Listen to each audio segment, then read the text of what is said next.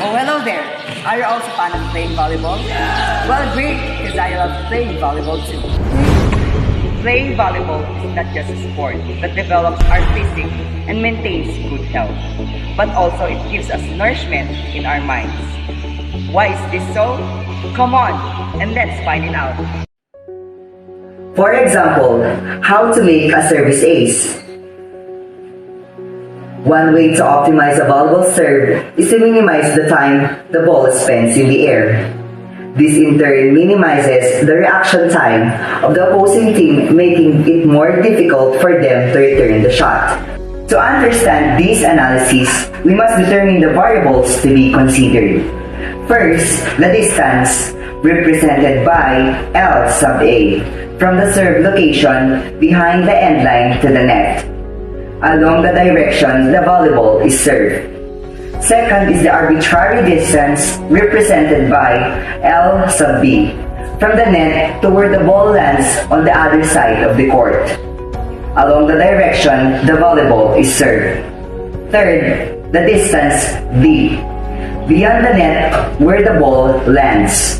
And lastly, theta is the angle the volleyball trajectory makes with the sideline.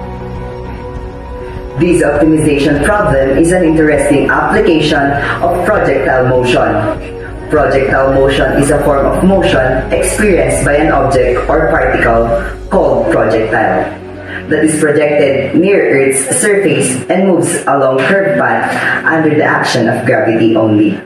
To get an idea of how much time the ball spends in the air, let's say we have L sub A is equal to 9 meters, L sub B is equal to 3.5 meters, V is equal to 5.29 meter per second, and theta is equal to 45 degrees.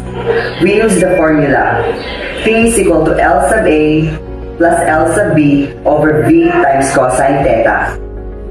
Then, substitute the given. So we have 9 meters plus 3.5 meters over 5.29 meter per second times cosine 45 degrees.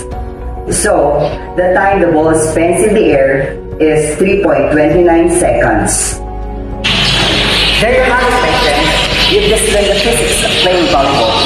Next time you're playing or watching volleyball game, think all about these principles of physics, specifically the concept of projectile motion.